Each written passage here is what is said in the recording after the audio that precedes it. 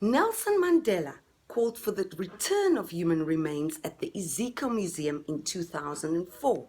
He asked, what dignity do African people have when their decapitated bodies are classified as specimens in museums reserved for the depiction of animals? He asked, can we tolerate our ancestors as being shown as people locked in time? On the British Museum website, it is stated that it is not clear that the importance of human remains to the original communities outweigh the significance and importance of the remains as sources of information about human history. The Metropolitan Museum in New York has one of the most celebrated collections in the world, donated by Nelson and Mary Rockefeller in 1965. The website lists it as 10 ancestors' trophy skulls from West Papua. In 1904, Otta Benga, an indigenous person from the Congo, was displayed in the Bronx Zoo with an orangutan with a sign above saying missing link. The last human zoo and ethno displays took place in Belgium in 1958. Many of these skulls were collected as recently as 1955, when Norwegian Thor Heyerdahl brought back remains of indigenous Easter Islanders. The Rapunu, known as very important to the indigenous community, is now kept in the Oslo Kon-Tiki Museum. In November 2019, I was invited by Osbene, an Aboriginal community based in George, to attend rituals on ancestral farms now owned by settlers. This group of activists, some born on these 6 farms, had been negotiating for access to these farms for many decades, simply to pay respects to their ancestors. My young friend, Alex Kirkwood, grew up on one of these farms and were brutally beaten in one of their strafblokke before he ran away from the farm as a child. He says, I was born in 1983. My parents were farm workers on the Van Grienen Boerdery Verde farms.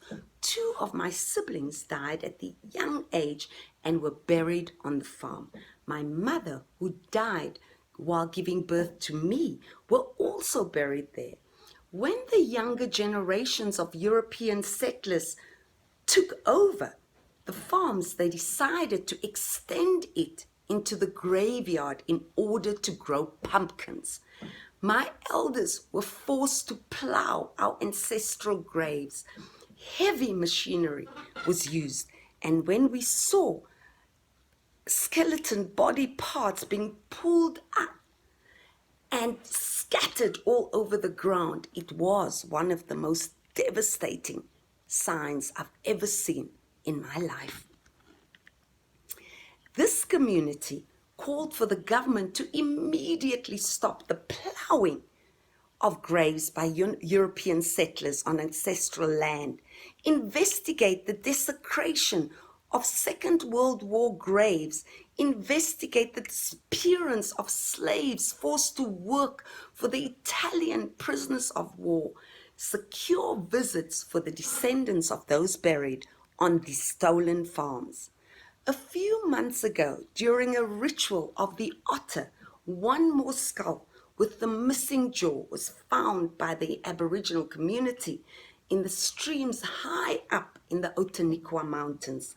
Legend has it that farmers continued to kill workers in their strafblokke and then dumping the bodies high up on the mountains to be eaten by wild animals, but the remains invariably washed downstream during rainy season.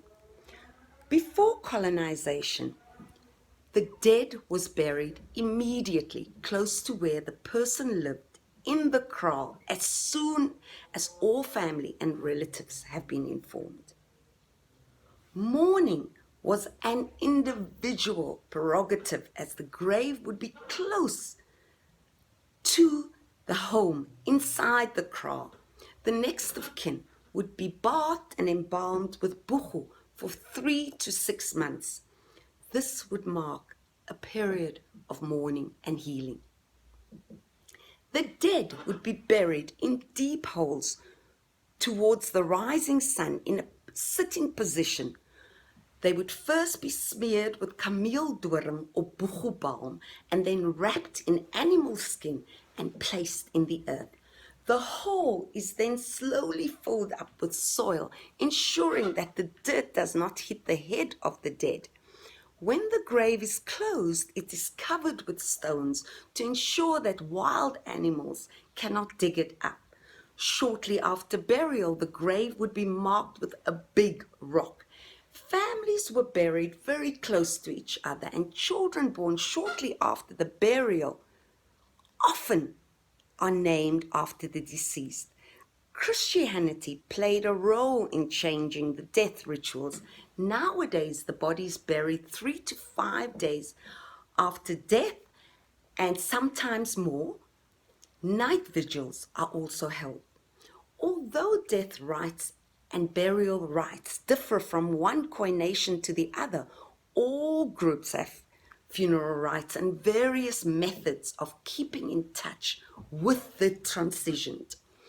The dead becomes ancestors who is in contact with the living through their lives.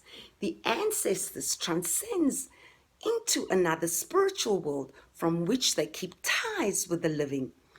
The Khoi have always had grave sites where they visit their deceased. The Khoi believe in the transformation or transition from one status to another. The disturbance of ancestral graves cause great spiritual damage. Those who have had their ancestral graves disturbed remains in a constant state of mourning, as we have seen with the Khoi and San.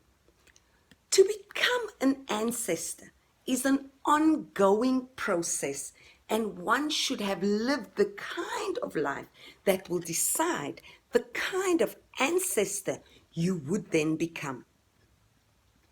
It is ironic that even post-apartheid, when human remains are discovered in sacred Khoi spaces like Lion's Head, Table Bay, Clifton, Greenpoint, Bloberg Strand, Victoria and Alfred Waterfront, Deep River, white historians find that they were graves of imported enslaved people, despite the fact that some are thousands of years old, and ostrich eggshell beadwork, tortoise shells, bowls, copper jewelry, etc.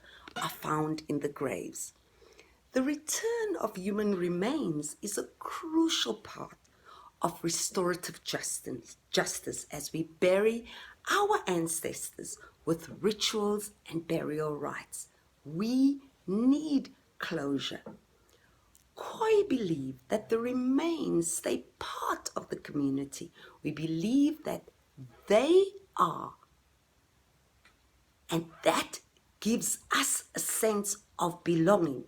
It is so much more than bones. The return of these remains will help restore our culture, dignity, identity, and existence. Our government should do more to assist in the return of human remains and sacred objects. Government should find the budget to identify the unknown human remains and should then bury them in a public space so that we could all start the mourning process. It is not art, it is my ancestors. We are because they were. Kai Gangangs for your time, Cape of Storms, Table Bay, Falls Bay, Cape of Good Hope, Settler, It was not yours to take. I am Atakwa, and I was born extinct.